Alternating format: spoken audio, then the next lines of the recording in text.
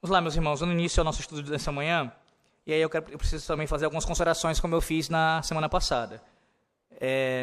Lembre-se, aqui, por mais que seja uma aula, um caráter de aula, de escola bíblica, eu não vou abrir durante o estudo, devido ter muito conteúdo e coisas para explicar, para perguntas. Se você tiver alguma pergunta, porque talvez você tenha, me faça depois. Fique à vontade para fazer, seja pessoalmente ou pelo WhatsApp, tá bom? A gente pode marcar um momento, conversar sobre qualquer coisa que ficou ainda de dúvida no estudo dessa manhã ou no estudo passado.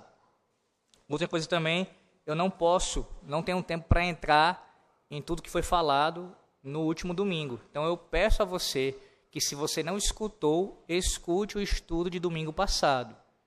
Ali são os argumentos basilares para você compreender o porquê nós não celebramos esta festividade, essa data do calendário litúrgico romanista. Então, o que eu vou fazer nessa manhã? Nessa manhã, eu pretendo... Pode passar o slide? Eu pretendo... Não, pode passar. Perdão, é lá... Isso. Pode ir.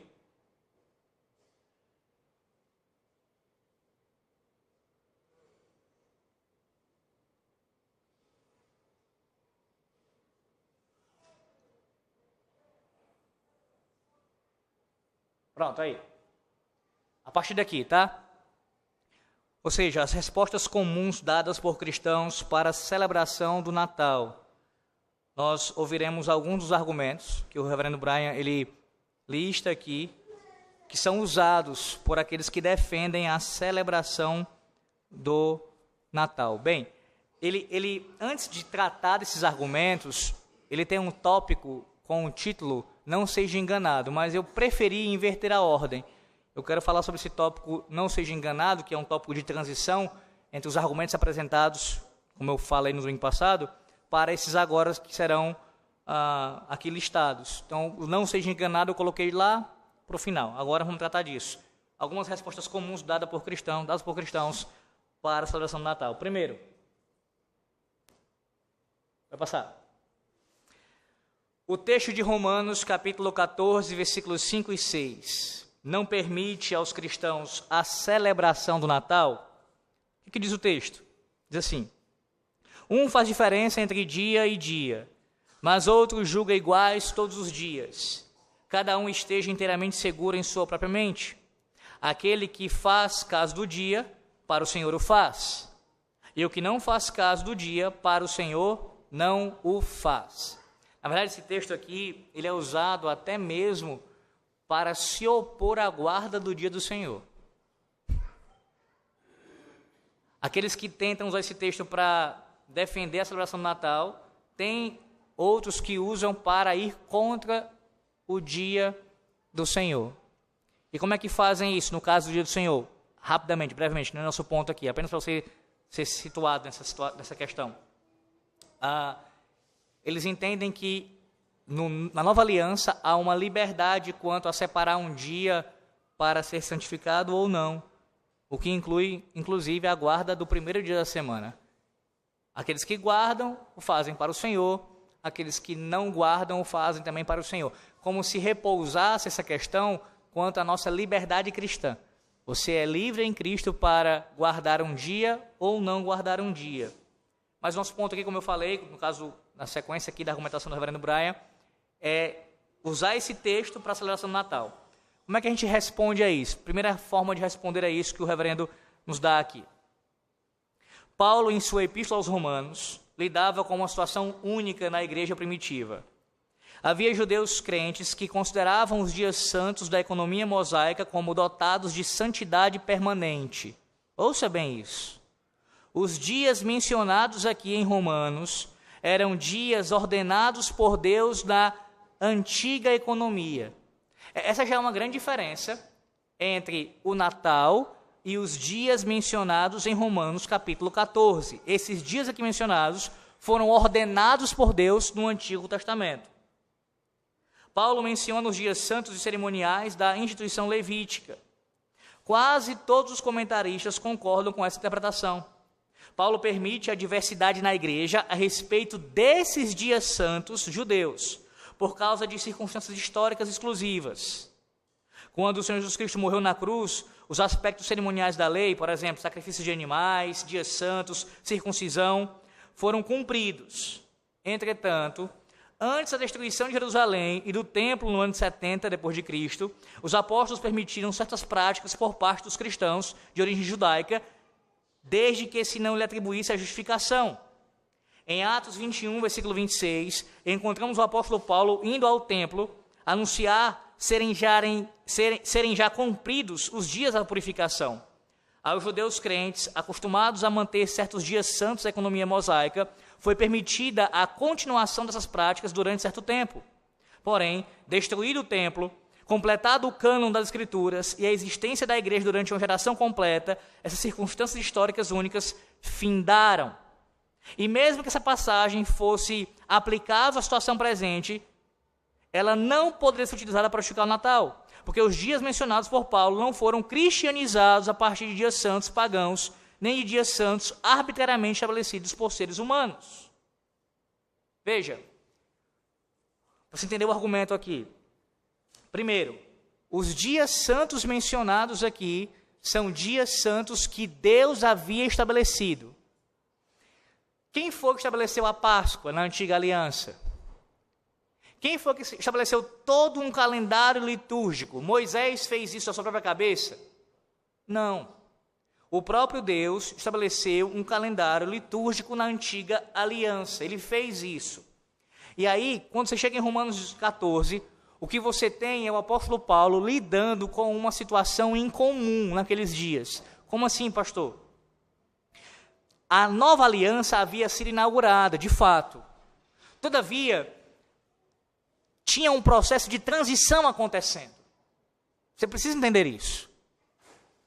Havia ainda alguns resquícios da antiga aliança presentes em termos de práticas entre o povo. Por isso que você precisa ler Atos dos Apóstolos, não apenas Atos dos Apóstolos, mas esse início ali da igreja, primeiro século, até essas coisas acontecerem, especialmente o cânon se fechar, como um período transicional. Você quer ver um exemplo disso? Em outros casos, né? A existência de apóstolos, por exemplo. Os apóstolos, eles fizeram parte, o dom apostólico, o ofício apostólico, ali nesse início da igreja na nova aliança. Mas ele não permanece para a continuidade da igreja na nova aliança. Ele foi estabelecido ali como um fundamento desse princípio, desse início. Mas já se cumpriu. Os próprios dons revelacionais. Você vai ter a atuação deles, eles aparecendo ali, no início da igreja, na nova aliança. Contudo, ao passo que o tempo vai se passando, né, as coisas vão acontecendo, os dons revelacionais, eles vão cessando. Essa é a ideia. Eles não cessam de uma vez só. Eles vão se extinguindo. Por quê? É um período transicional. Até se completar, especialmente o cânon das Sagradas Escrituras, algumas coisas ainda aconteciam. No caso aqui, dos dias santos, não é que eles deveriam ser guardados. Cristo já cumpriu, já não deveriam mais ser guardados. Mas houve, e aí nesse sentido, tá? Nesse sentido que eu estou colocando aqui, não no sentido que a Bíblia condena, que eu falei aqui no sermão, houve uma certa tolerância com essa prática durante um tempo, por se tratar de um período de natureza muito singular. Em um momento em que a antiga para a nova aliança está acontecendo a transição, melhor dizendo, se suporta durante um tempo essa guarda desses dias, por parte dos judeus convertidos, contanto que esses judeus não atribuíssem essa guarda a um instrumento de justificação, que Paulo condena em Gálatas, por exemplo.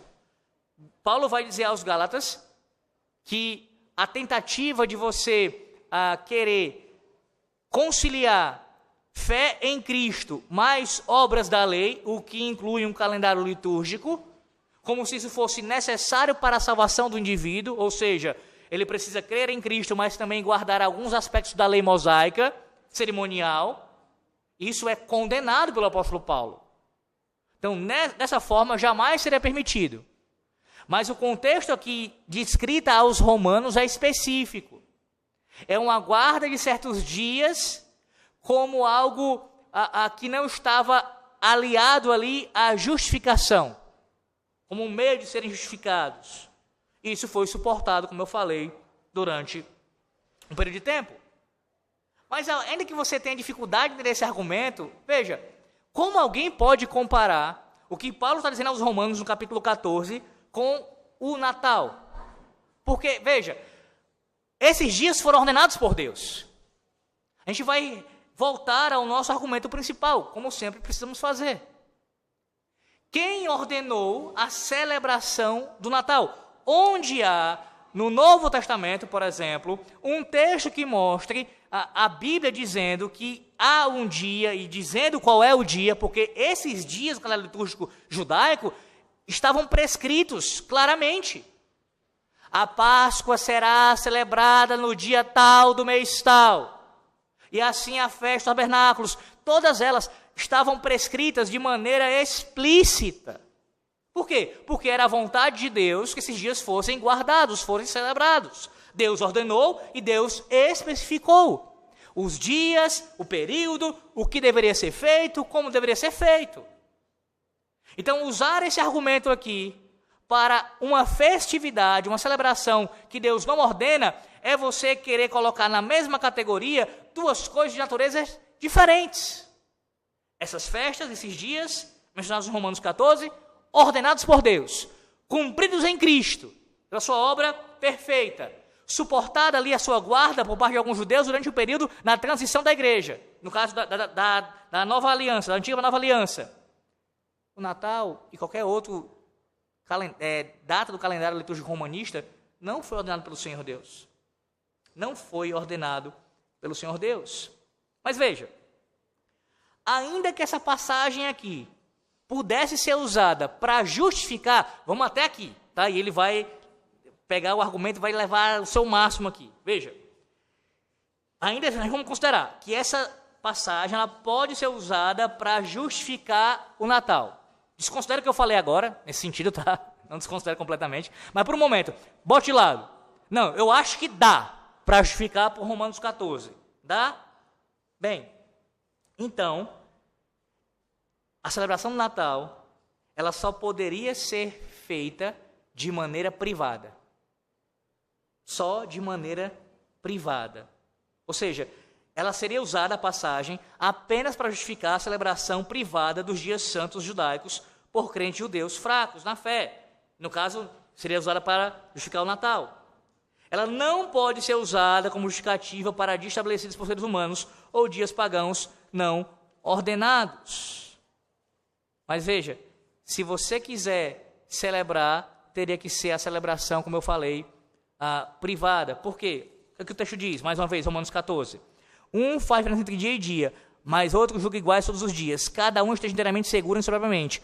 Aquele que faz caso do dia para o Senhor o faz, e o que não faz caso do dia para o Senhor não o faz. Vamos lá. Digamos que alguém que defenda a celebração, defende por esse texto, queira fazer um culto público, ou no caso participar de um culto público, o pastor tem que promover isso, é o conselho da igreja. No caso de um membro, eu quero participar de um culto público de Natal. O texto não dá base para a celebração de um culto público. Vamos lá, por quê? A passagem, ela não apenas não permite a celebração do Natal, mas ela até mesmo proíbe qualquer tipo de festa relacionada ao Natal. Por quê? Porque Paulo aqui, ele permite a diversidade na igreja a respeito deste assunto, ou seja, dos dias santos dos judeus. Ambos os grupos devem aceitar mutuamente em busca de paz e unidade da igreja. Os dois lados creem obedecer a palavra de Deus. E aí, entenda, se você tem, numa mesma igreja, um grupo de cristãos que não vê problema em celebrar, e você tem um outro grupo que vê problema em celebrar, se aquela igreja, o conselho dela, promove um culto de Natal, vai criar um problema com aqueles cristãos que têm a sua mente ali, a sua consciência atingida por isso. Deixa eu ser mais claro. Se isso é uma questão de liberdade cristã, eu posso celebrar. E você pode não celebrar, porque esse é um argumento muito usado, irmãos. Há quem diga isso. Rapaz, a celebração do Natal não vai querer arrumar confusão com isso, não. É uma questão da liberdade cristã. A pessoa pode celebrar e a outra pode não celebrar. Pois bem, se é uma questão de liberdade cristã, então ela só poderia ser celebrada de forma particular. Em outras palavras, eu não poderia impor isso aos outros. Se é uma questão da liberdade cristã, eu posso fazer na minha casa e você pode não fazer na sua, e vice-versa. Mas a partir do momento que uma igreja tem um culto de Natal, já não é liberdade cristã. Já agora passa a ser uma obrigação, eu como membro da igreja, participar do culto. Ora, como não? Há uma convocação sendo feita para adorar a Deus. Como eu posso dizer não a isso? Eu estarei indo contra uma ordem, supostamente uma ordem divina, para adorá-lo. Então, se é algo de caráter, de natureza, de liberdade cristã, não pode ser algo imposto publicamente. Esse é o ponto. Você consegue entender o argumento? Teria que ser defendido à luz da sua natureza. A consistência deveria ser, se é liberdade, então eu posso fazer, você pode não fazer, estamos em paz com isso. Mas, irmãos, é isso que acontece na prática. Como eu falei no último estudo, se uma igreja resolve fazer um culto de Natal e uma família diz assim para aquele pastor, para aquele conselho daquela igreja: olha, a gente não pode participar por uma questão de consciência, nós discordamos, nós entendemos que não devemos celebrar o Natal. Irmãos, via de regra, você pode ter uma exceção, um outro canto, mas essa família vai ser vista como os Grinches, né? Como monstros, como seres que são... Como vocês não podem celebrar o Natal? Então, a própria prática da festividade, da celebração da festa, demonstra que as próprias pessoas não tratam como algo de liberdade cristã, porque não respeitam a sua liberdade de não querer comemorar. Não respeitam. Normalmente não respeitam. Poucos dizem isso de maneira tranquila. Não, tudo bem, se não quer comemorar, tudo bem. Mas ainda assim o olhar, a forma de agir, ela é de desdém. A pessoa sente isso. Isso é irmãos, é como se você estivesse fazendo uma coisa absurda. Como você não pode querer, e eles conectam a isso, celebrar o nascimento de Cristo. Como eu já expliquei, nós não estamos negando isso. Não estamos dizendo que a gente não se alegra com o nascimento de Cristo, com a sua encarnação. Mas não podemos participar de um dia santificado por homens, que um homem mesmo determinou. Ele diz assim, pastores e presbíteros que autorizam a celebração do Natal abusam de seu ofício. Está falando no contexto público, de culto solene. O pastor e o conselho como todo de uma igreja recebem sua autoridade de Deus. Eles são responsáveis por reger a igreja de acordo com a palavra de Deus. Quando pastores e presbíteros autorizam o culto especial de Natal, eles o fazem por conta própria, pois não há garantia da palavra de Deus para proceder assim. Portanto, neste ponto, ele não age de modo diferente de um papa ou um bispo, introduzindo invenções humanas na igreja. As pessoas na igreja que se recusam a tomar parte no dia festivo pagão papal, que se recusam a adorar a Deus de acordo com a imaginação humana, que se recusam a adorar a Deus sem autorização divina, são forçadas pela liderança local a permanecer em casa, em vez de estarem presentes ao culto público a Deus. Pense no caso quando cai no domingo. Quantas igrejas no dia do Senhor, e aqui pegando no sentido pior possível, bota a árvore, bota os enfeites, faz um bocado de coisa, o coral canta o culto todo, a mensagem é desse tamanho, quando tem, é cantata, e aí é o dia do Senhor e a pessoa que tem a sua consciência prejudicada ali, ela não pode ir por conta disso, impedida de cultuar a Deus.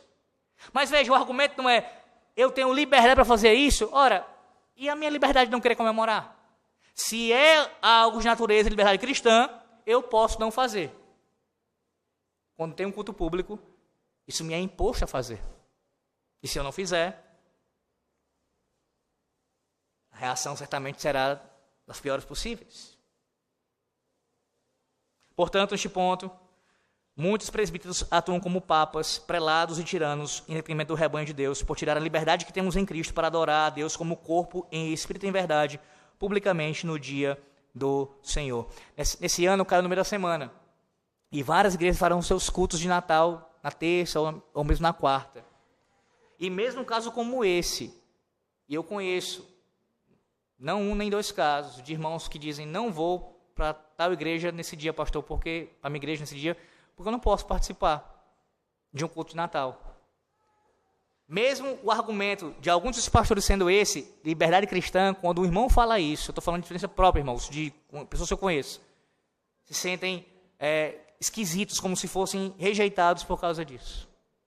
Por causa disso. Mais uma vez, eu não estou dizendo que é algo da liberdade cristã. Mas se fosse, deveria ser celebrado em caráter privado. Se fosse. Não é. Mas se fosse, jamais culto solene em prol de Natal. Segundo lugar, segundo argumento, pode passar. Segundo argumento. Vai passar. Os judeus, nos dias da rainha Esté, não estabeleceram um dia santo não autorizado pela lei de Moisés?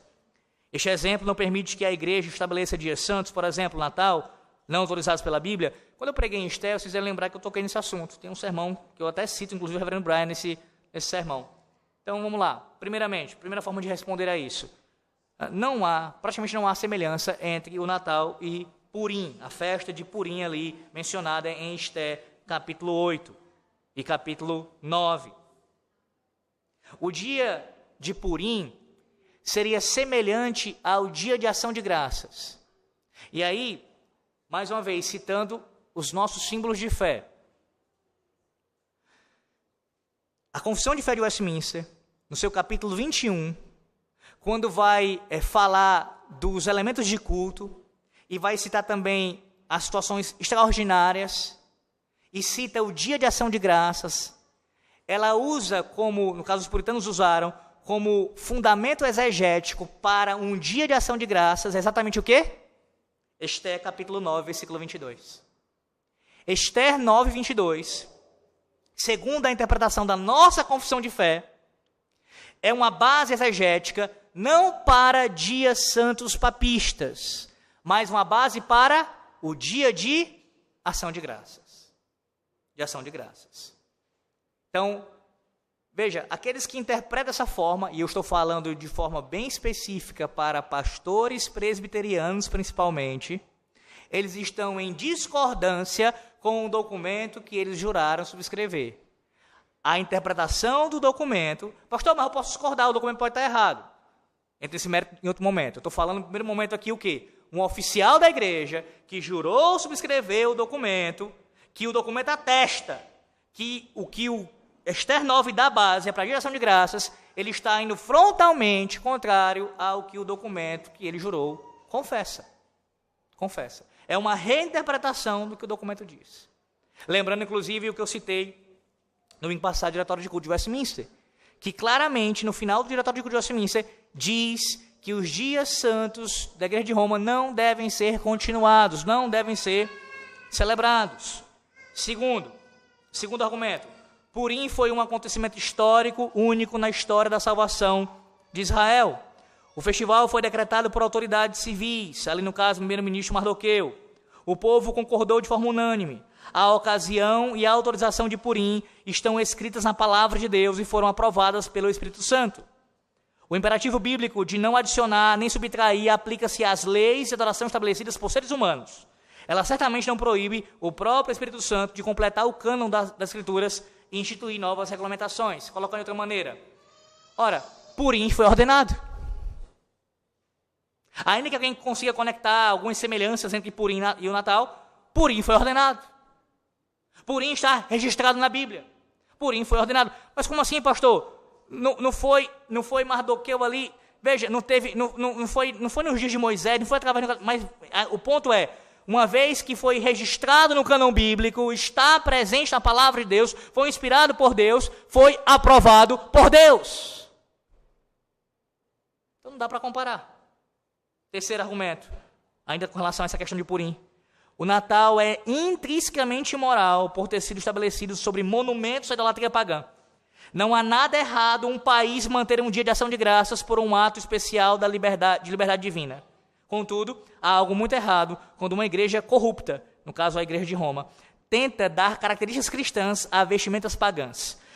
E há algo muito errado quando protestantes conspiram com a igreja corrupta de Roma e usam o piedoso Mardoqueu como desculpa. São coisas distintas, irmãos. Ora, o dia de ação de graças, pense no contexto americano, por exemplo. Eles celebram isso ali como nação em memória do que Deus fez em sua providência para com aquele povo. A semelhança do que aconteceu no dia de Purim, com relação à festa de Purim. Não há nenhum problema quanto a isso. Outra coisa é você estabelecer um dia como santo, anual, esse dia sendo colocado no calendário, esse dia sendo feito sem autorização bíblica nenhuma, sem nenhum respaldo e obrigando a igreja a participar dele. Mais uma vez eu quero deixar isso bem claro aqui.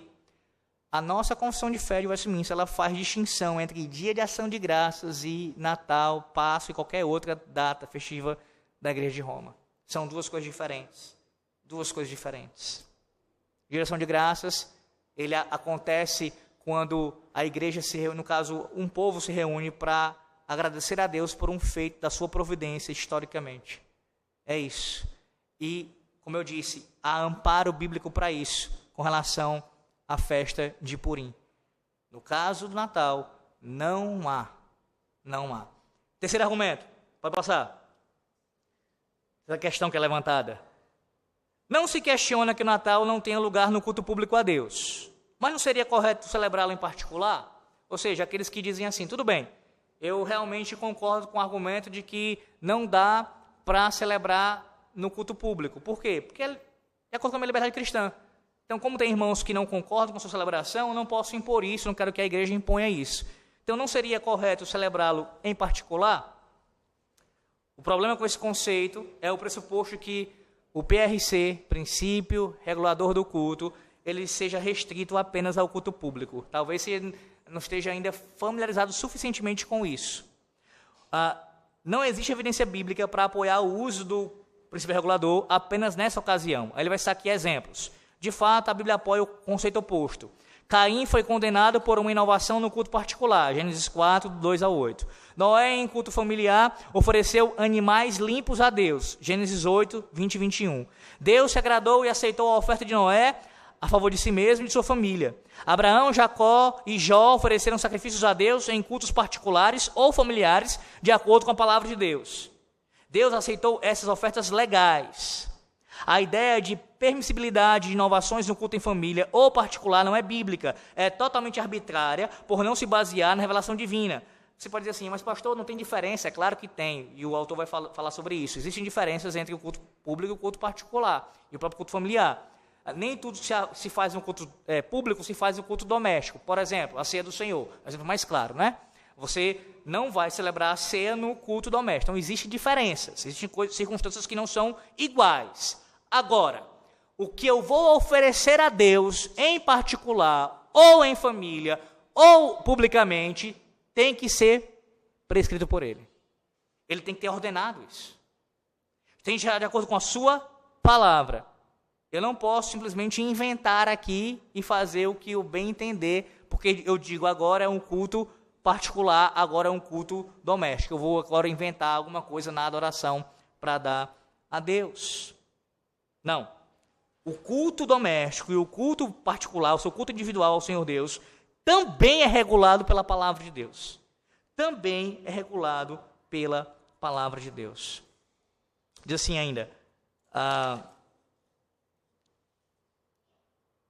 quando presbíteros e pastores presbiterianos pararam de disciplinar membros da igreja por causa da celebração doméstica do Natal nos séculos 19 e 20, praticamente permitiram que o fermento pagão papista do Natal se espalhasse. De fato, foi o que aconteceu. Deve-se procurar bastante para encontrar um lar de presbiterianos onde a invenção papista não seja celebrada. Irmãos, essa é uma questão histórica que é inegável, inegável. E, biblicamente, nós aprendemos isso. Quando se há uma frouxidão de tratar de maneira grave, firme, coisas que Deus proíbe na sua palavra, em algum aspecto essa frouxidão acontece, a tendência é que ela se espalhe e o problema se torne muito pior. Muito pior. Normalmente é assim que as coisas acontecem. Ele cita o exemplo da falta de disciplina eclesiástica para aqueles que estavam celebrando o Natal. Quando isso começou a parar de acontecer, houve ali a permissibilidade para que avançasse a prática entre os reformados presbiterianos. Isso acontece com qualquer pecado. Com qualquer pecado. E aí você pode dizer assim, não, pastor, acho que isso é um exagero. Porque há quem se mantenha de maneira equilibrada. Irmãos, quando a gente fala sobre isso, a gente está falando sobre um viés mais abrangente. Ou seja, pode ser que um indivíduo, ele na vida dele se mantenha assim, ó. Eu vou deixar eu tenho uma posição estrita contra o Natal, eu sou contra o Natal, qualquer circunstância, e aí ele depois muda e pensa assim, eu vou começar a celebrar em casa. E ele não passe disso, ele como um pastor, por exemplo, pensando em um pastor, eu não vou fazer um culto de Natal, eu vou fazer só na minha casa. E ele não passe disso.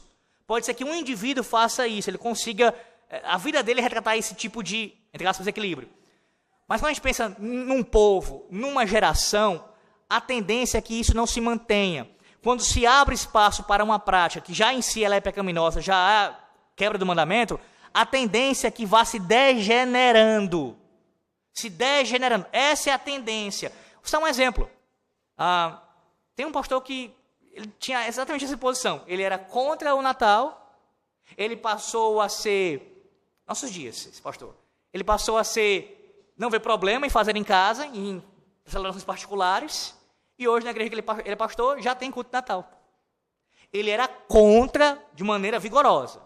Ele passou a celebrar em casa. E hoje, na igreja que ele é pastor, já tem culto de Natal. Veja, como eu falei, pode ser que o indivíduo se mantenha, mas a tendência, de forma geral, é que isso aconteça, porque você vai lidando com aquilo de maneira natural, você não vai enxergando problema naquilo. E quando ele conecta, peraí, se eu posso cultuar a Deus dessa maneira com a minha família, por que é que isso seria problemático de forma pública, se não ferir na cabeça dele nenhum princípio da palavra de Deus? Não pode, sabe por quê? E aí, deixa eu fechar esse ponto que vai para o próximo. Porque a adoração a Deus, como eu disse, ela tem que ser baseada na sua palavra. Na sua palavra. A pergunta é, onde Deus autorizou que as famílias se reunissem para guardar um dia santo que ele não instituiu? Porque é isso que as pessoas estão fazendo naquele dia, irmãos. Estão se reunindo em torno de, no caso da casa, pensando na casa, não pensando em culto público. Estão se reunindo numa casa, num ambiente ali familiar. E o que está motivando, o que está sendo a razão dessa reunião? A razão dessa reunião, falando em termos gerais, tá? É a data, é a celebração, é a festa. É isso. Então, há uma participação, direta ou indireta, com quem? Com outros que celebram essa data que Deus odeia. Papistas, mundanos, que eu citei no último estudo, que estão ali em torno daquela celebração, festejando uma coisa que Deus não ordenou. Então a gente é coparticipante disso também, de uma adoração falsa a Deus. Quarto, pode passar, quarto. Nós não celebramos o Natal. Esse é um argumento que eu já escutei muitas vezes e parece que, quando você vê assim, né, pastor, alguém consegue dizer isso? Consegue. Nós não celebramos o Natal. Para nós o dia é apenas um dia comum em família. O que poderia haver de errado nisso? Eu entendo que esse é o argumento mais capcioso que tem. Porque aí o apelo aqui é bastante emocional, né? Qual o problema? Ó, o legalista, qual o problema de eu me reunir com a minha família? No dia 24, dia 25. Vamos lá, deixa eu logo colocar isso bem claramente aqui. Não há nenhum problema de você se reunir com a sua família em qualquer dia que seja. Isso é óbvio que não. Isso é óbvio que não. Você pode se reunir com seus pais, com seus filhos, com sua família em qualquer dia. Certo? O problema, como eu já citei agora, é você se reunir por quê?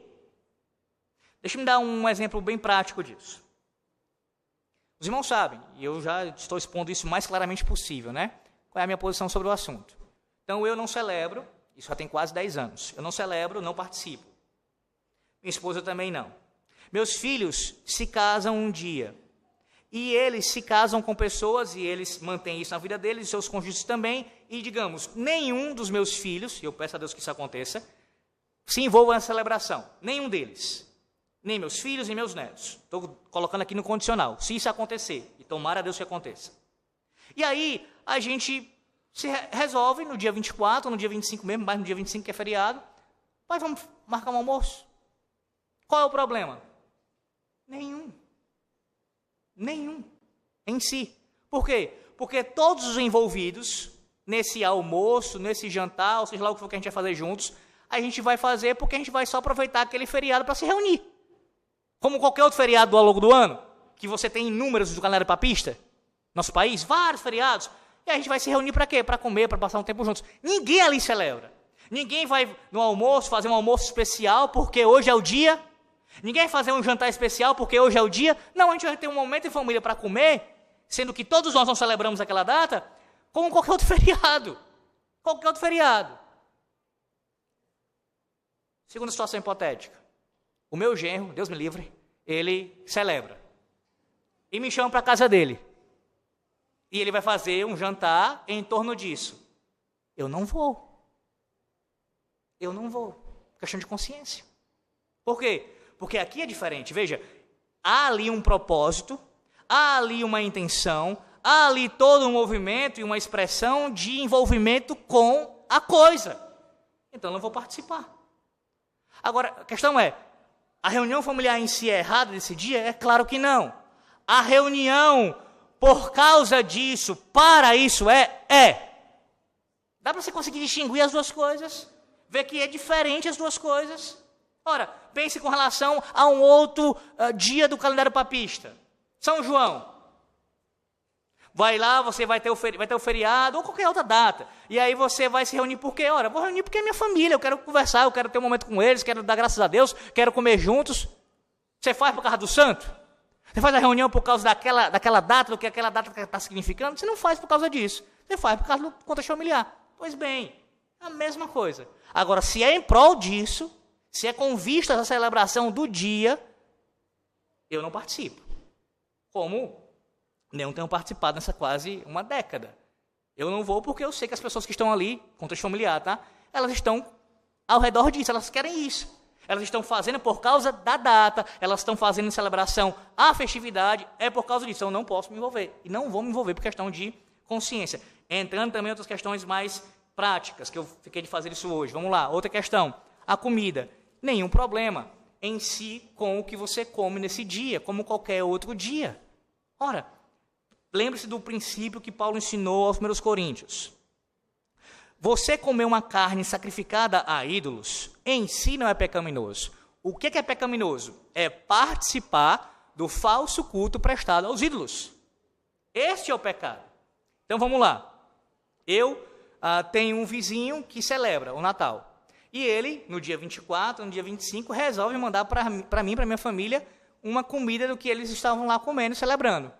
Há algum problema de eu aceitar essa comida? Nenhum. Há algum problema de eu comer essa comida? Nenhum.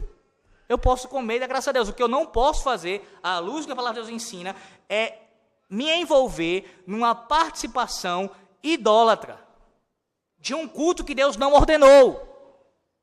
Então eu não vou lá celebrar com meu vizinho, eu não vou celebrar com os meus familiares que celebram, eu não vou fazer isso. Mas se eles quiserem me dar uma comida no dia ou depois que eles usaram para aquilo, problema deles era para aquilo. Eu vou receber a comida e vou dar graças a Deus. Já sei várias vezes essa questão, né? Mas estou cansado disso, mas vou passar de novo. Panetone. Eu não como, não é porque não é que é pecaminoso. Olha, pecado comer o panetone. É porque é ruim. É horrível. Eu pelo menos acho. Respeito quem discorda. Aqui é liberdade cristã, tá? Aqui dá pra gente discordar. Só o cheiro pra mim é uma coisa insuportável. Eu lembro que a minha mãe sempre fazia meu pai comprar. Tinha que comprar todo ano panetone, todo ano panetone. E aí eu já sentia de longe a catinga daquele negócio vindo da cozinha, minha mãe comendo. Pra mim é ruim. Eu não como, não é porque eu não gosto, não é porque eu não acho pecado, é porque eu não gosto. Minha esposa gosta. Então, minha esposa quer comer panetone e eu posso comprar, eu vou comprar. Qual o problema? Não, mas esse bolo é associado a uma questão pagã e o pessoal usa no Natal. Não estou nem aí se eles estão usando para ídolos, não estou nem aí se eles estão usando no Natal, não estou nem aí. Eu estou comprando o bolo, eu estou usando para comer na minha casa, e graças a Deus. Pense mais uma vez no contexto de festa junina, né? As festas juninas. Nordeste é muito forte, né? Ora, qual o problema de eu comer creme de galinha? Aí é bom, vatapá nesse período. Nenhum. Agora sim, eu estou passando por um local. Nesse local se vende essas comidas. E lá está tendo uma festa de celebração em torno da data. Ora, eu parei lá, só comprei numa barraca e saí. Qual o problema com isso em si? Não sendo no domingo, é óbvio, né? É bom frisar, porque algumas pessoas acho que ainda esquecem disso. Não sendo no domingo, é claro. Ora, eu vou, compro aquele pratinho, levo para minha casa e vou comer. Eu não vou participar da festa. Eu não vou me envolver naquela adoração falsa. Eu não vou fazer isso. Eu posso comer. Certo? Essa é a distinção. O princípio se aplica dessa maneira. Então, a celebração familiar, em si, o ajuntamento da família, qualquer dia, nenhum problema em si. Em prol de uma data, de uma festa que Deus não ordena, pecado. Pecado. As duas coisas têm que ser muito bem distintas. E aí ele diz assim, escute. Há 365 dias no ano. Escute bem. É interessante que o dia anual da reunião da família ocorra exatamente em 25 de dezembro. Por acaso vocês não estariam imitando seus vizinhos pagãos e sua cultura? Escute, ele não está contradizendo o que eu falei não, para você entender a questão mais abrangente. Vocês não estariam celebrando o dia como os demais e apenas declarando o secular como justificativa ou desculpa? Se você estiver passando um dia agradável em família, você encherá sua sala com monumentos e lembranças da idolatria passada e presente? Você diz ser apenas um dia secular em família, mas você tem uma árvore de Natal, sempre verde, visco, presentes, velas e cantigas. É óbvio que vocês celebram o Natal da mesma forma que os papistas. A verdade é que se vocês eliminarem toda a parafernália pagando o Natal, então provavelmente não se incomodarão em celebrá-lo. O dia pagão perderia seu fulgor, charme e atração emocional. Como cristãos, devemos nos dedicar à família, devemos nos reunir com nossos parentes e usufruir mutuamente de sua companhia. Mas não precisamos de um dia de festa pagã para fazê-lo. Ele está batendo aqui, no caso aqui, de pessoas que falam isso daqui, mas na verdade elas estão com a intenção de comemorar. Tá? Eu já tratei de um outro ponto, ou seja, vamos lá, pega esse aqui que ele falou. Há aqueles que falam isso, mas na verdade eles denotam com várias ações que estão comemorando. Até mesmo por terem as próprias decorações voltadas para isso. A decoração, tudo voltada para isso. Como é que você está dizendo que é só uma reunião familiar? Não é. Tudo que você está externalizando é em associação com a data, com a celebração, com a festa. Aí o caso que eu citei. Mas, pastor, eu não faço isso. Não tem árvore, não tem decoração nenhuma, não tem nada disso, nada disso. É simplesmente mesmo uma celebração da família, a família junta ali. Bem, o princípio se aplica. Se a família vai aproveitar o feriado junto, ela pode aproveitar qualquer feriado junto, qualquer feriado. O ponto é, você está se reunindo somente para aproveitar a companhia da família? É uma oportunidade para mais um momento de estar com a sua família, comer, conversar ali, ter um momento juntos? Ou é por causa e para a celebração? Por causa dela e para a celebração daquilo? Porque se for, aí sim, você se associa com um culto idólatra. É interessante como ele fala isso, né? Não precisamos de um dia de festa pagã para fazê-lo. Veja, a gente não precisa disso. Não precisa disso. Como eu falei, é uma falta de contentamento com o que Deus nos deu. Deus já nos deu o suficiente para nós. A gente gosta de usar de subterfúgios para poder tentar defender os nossos anseios, nossas práticas. Não seja enganado. Vou passar. Paulo nos adverte que Satanás se transfigura em anjo de luz. Essa é a razão pela qual os festivais pagãos em todo o mundo são dias de diversão, dias de comidas especiais, festas, desfiles, reuniões familiares e de troca de presentes. O objetivo do diabo não é simplesmente escravizar indivíduos, mas também controlar instituições, culturas e nações. O calendário pagão de dias santos, nos quais os festivais pagãos são celebrados no tempo exato a cada ano, é um recurso inspirado por Satanás para envolver culturas inteiras na rebelião contra a aliança divina.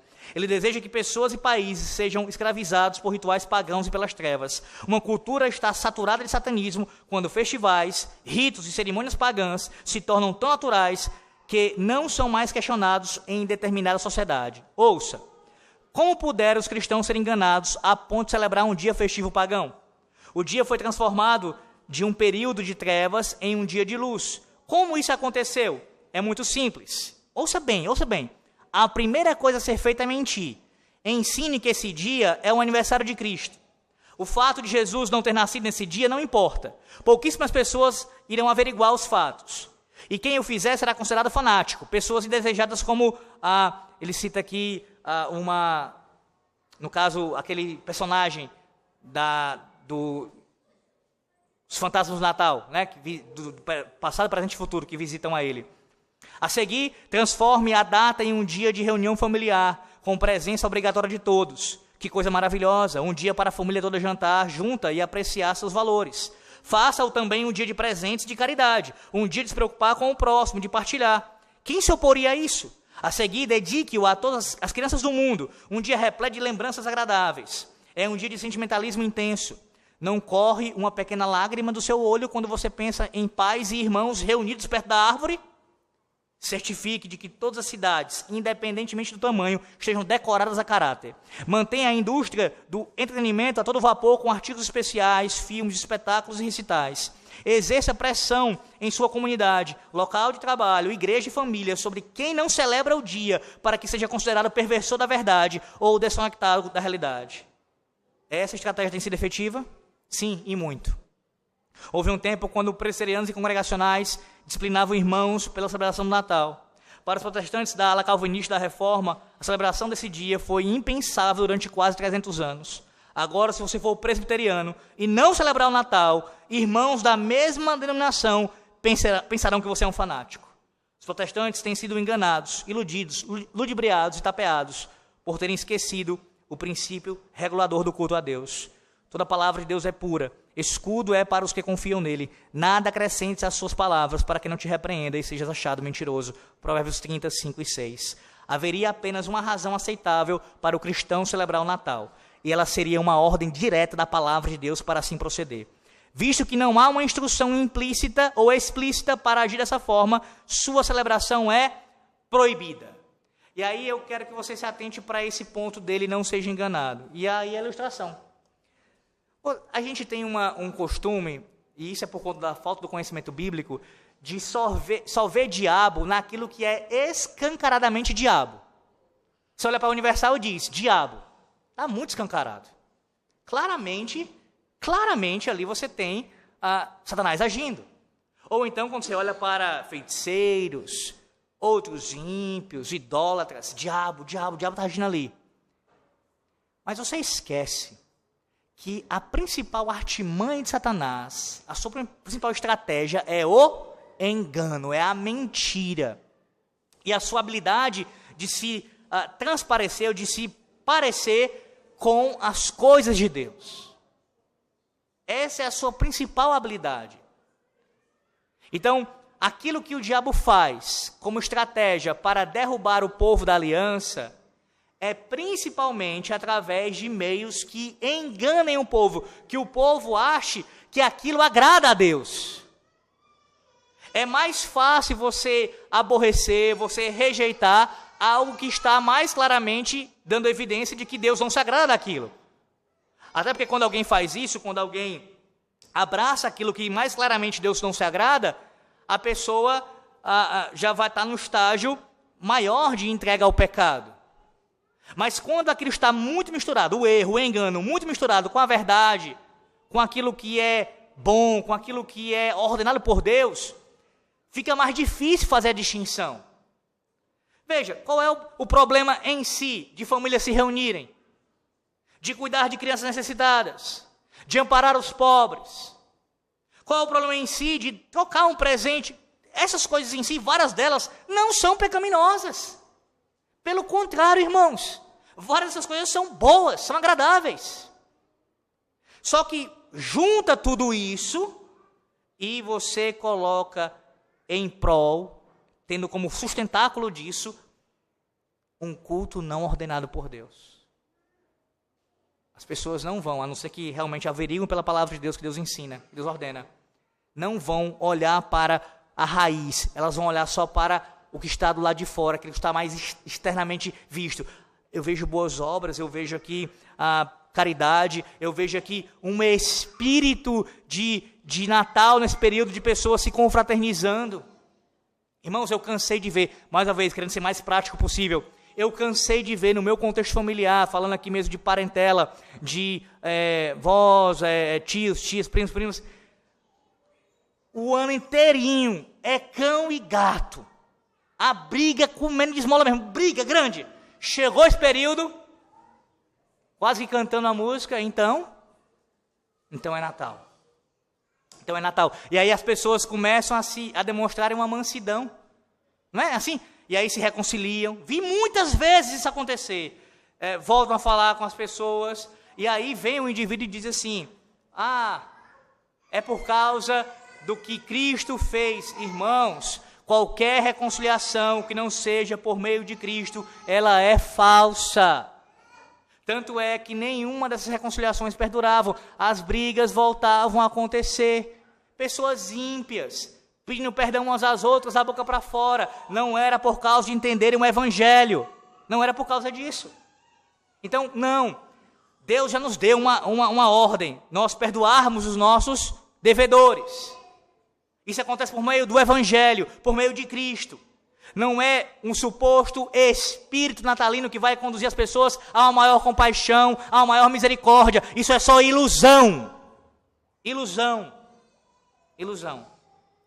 E mais uma vez, por mais que hajam coisas acontecendo que são boas, nesse período, o fundamento aqui é não ordenado por Deus.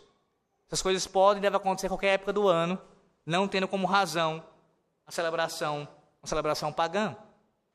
No canal da igreja, teve um irmão, pastor inclusive, que fez algumas perguntas.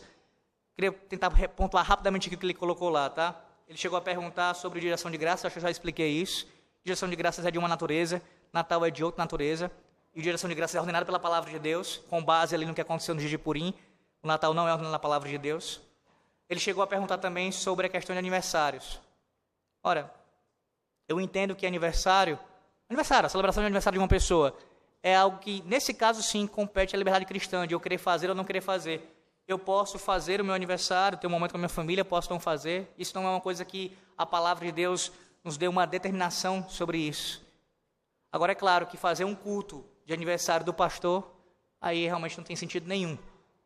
Uma coisa é a igreja se reunir para o pastor ou algum irmão celebrar o aniversário daquela pessoa. Outra coisa é fazer um culto de aniversário do pastor. Então, distinguindo as coisas aqui, o aniversário em si, liberdade cristã, você pode comemorar.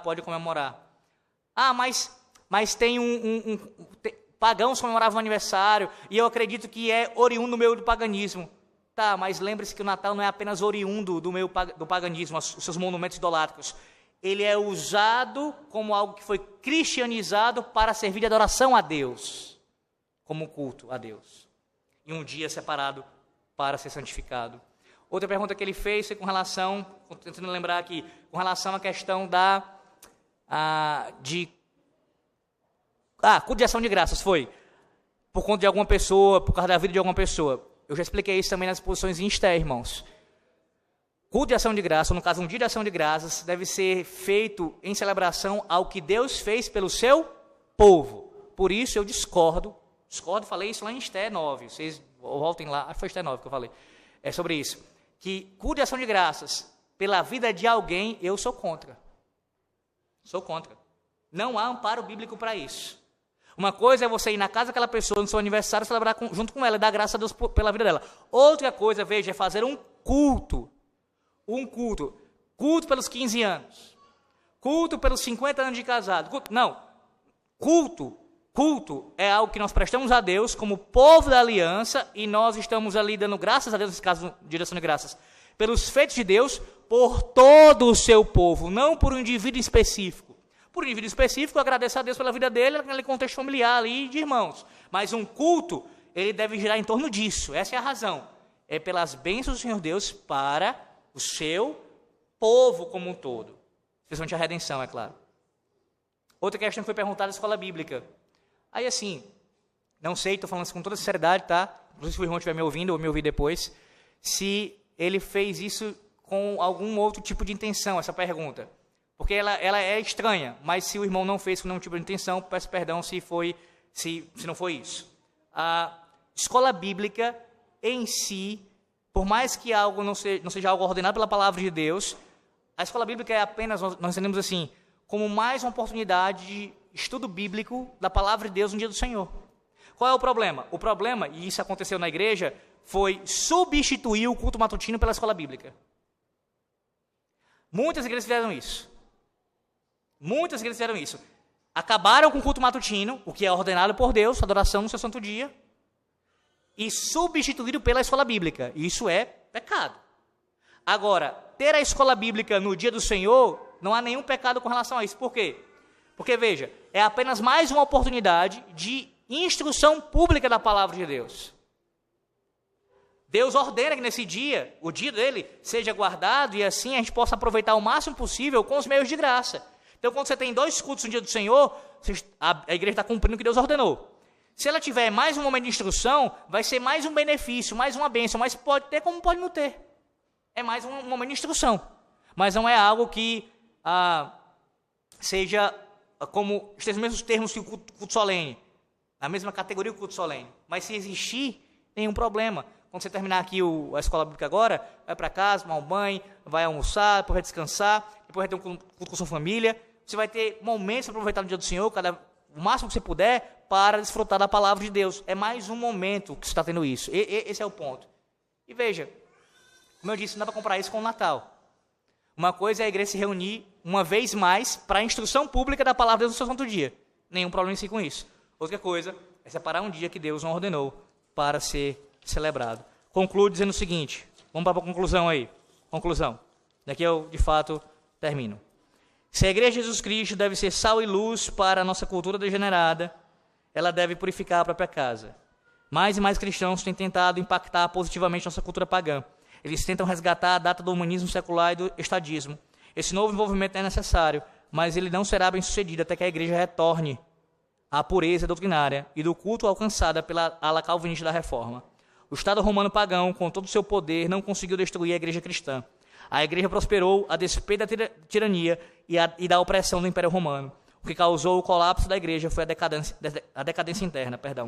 A corrupção da doutrina e do culto da igreja a tornaram uma fonte de heresia, superstição, idolatria e tirania. O evangelicalismo moderno se encontra em um sério estado de declínio. O movimento de crescimento da igreja, o movimento ecumênico, o pragmatismo e a manutenção da paz têm precedência sobre a integridade doutrinária e o culto puro. Como resultado, o evangelicalismo moderno é frouxo, comprometido, impotente e morno. Não é simples coincidência que a igreja tenha tido um impacto mais positivo sobre a sociedade e a cultura quando sua doutrina e culto eram mais puros. Por exemplo, o segundo período da Reforma na Escócia, 1638. Só quando retornarmos ao culto bíblico rejeitaremos a autonomia humana. Eu sei que é difícil, irmãos. Eu peço que você escute depois o estudo que foi postado. Eu dei para a congregação esse estudo por áudio. Foi postado na quinta-feira. Escute. É uma carta aberta sobre a observância do Natal. Está lá no nosso canal. Ali o autor ele procura falar de questões bem pessoais, particulares, do envolvimento dele com a celebração. Há muito de emocional envolvido, eu sei disso. Eu falo isso também por testemunho pessoal meu. Foram muitos anos celebrando, envolvido em família, tem muitas memórias afetivas ligadas a isso. Mas como você já tem aprendido, você não é guiado, você não é orientado pelas suas afeições. As suas afeições devem se moldar à palavra de Deus. E assim como outras coisas que você já abandonou na sua vida cristã, você já abandonou outras coisas que você gostava, que você não via problema, que você nem sente mais falta, certamente, se você começar a experimentar isso pela palavra de Deus com relação a esse assunto também, você chegará a um momento, um estágio que você verá que nem se lembra se isso realmente foi importante na sua vida algum dia, porque você está satisfeito com o que Deus já lhe concedeu. Trate como mais um dia normal, é assim que eu trato.